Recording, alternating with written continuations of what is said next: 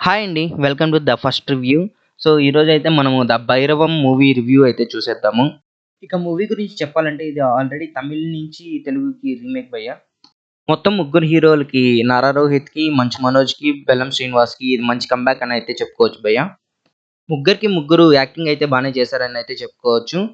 ముగ్గురితో పోల్చుకుంటే 'మంచు మనోజ్‌కి', 'బెల్లం సాయి శ్రీనివాస్‌కి' ఈ ఎండింగ్ వరకు అయితే ఈ స్కోప్ ఉంటుంది భయ్యా యాక్టింగ్ చేయడానికి కంప్లీట్‌గా. సో, ఈ మూవీ మెయిన్ ప్లాట్ అయితే టెంపుల్ ల్యాండ్స్ గురించి అయితే ఉంటుంది భయ్యా. ముగ్గురు హీరోల ఎంట్రీ అయితే ఫైట్స్‌తోనే మొదలవుతుంది భయ్యా. సో, ముగ్గురు హీరోస్‌తో కంపేర్ చేసుకుంటే 'బెల్లం సాయి శ్రీనివాస్' ఎంట్రీ అయితే కొద్దిగా ఓవర్‌గా అయితే ఉంటుందని అయితే చెప్పుకోవచ్చు. సో, బెల్లం గారికి, అదితికి మధ్యలో జరిగే కామెడీ సీన్స్, లవ్ ట్రాక్ అన్ని ఎపిసోడ్స్ అన్నీ చాలా మంచిగా వచ్చాయి భయ్యా. సో, మిగతా హీరోస్‌తో పోల్చుకుంటే 'బెల్లం శ్రీనివాస్‌కి', 'అదితికే' మంచి డాన్సింగ్ స్కోప్ కూడా ఉంటుంది భయ్యా సాంగ్స్‌లో. డాన్స్ అయితే బాగా చేశారని అయితే చెప్పుకోవచ్చు. 'అదితి' కూడా మంచి యాక్టివ్ అండ్ ఎనర్జిటిక్ రోల్ అయితే పర్ఫార్మ్ చేసింది. సో, బెల్లం గారి యాక్టింగ్ గురించి అయితే చెప్పుకోవాలంటే మిగతా సినిమాలతో పోల్చుకుంటే ఈ సినిమాలో పూనకం సీన్స్ అనేవి అయితే కొన్ని ఉంటాయి భయ్యా టెంపుల్ దగ్గర.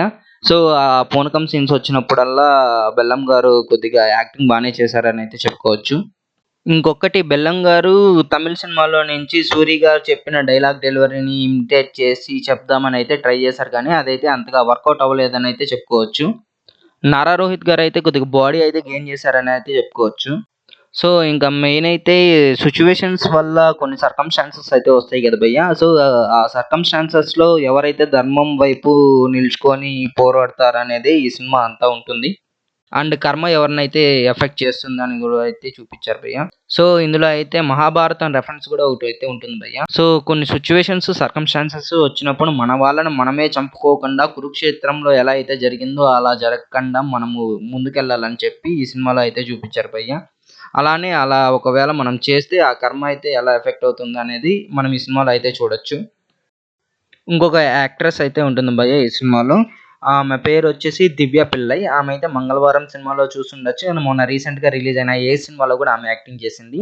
ఆమె కూడా ఈ సినిమాలో కొన్ని సెంటిమెంట్ సీన్స్ బానే చేసిందని అయితే చెప్పుకోవచ్చు. So, when compared to other heroines 'Aditi' బానే చేసింది. 'దివ్య పిల్లై' కూడా బానే చేసింది. కానీ 'ఆనంది'కైతే మనకి అంతగా పెద్ద స్కోప్ అయితే లేదని అయితే చెప్పుకోవాలి ఈ సినిమాలో యాక్టింగ్‌కి. ఇక ఎండింగ్ సీన్స్‌లో ఫైనల్ ఫైట్‌లో చూసుకున్నట్టయితే సాయి శ్రీనివాస్ గారు మంచిగా యాక్టింగ్ అయితే చేశారు భయ్యా. అలాగే మంచు మనోజ్ గారు కూడా మంచి యాక్టింగ్ అయితే చేశారు.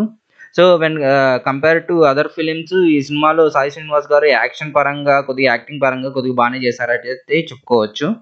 అండ్ ఇంకా ఈ సినిమాకైతే 10కి మనం ఇచ్చే రేటింగ్ 7.5 భయ్యా. హిట్ అని అయితే చెప్పుకోవచ్చు.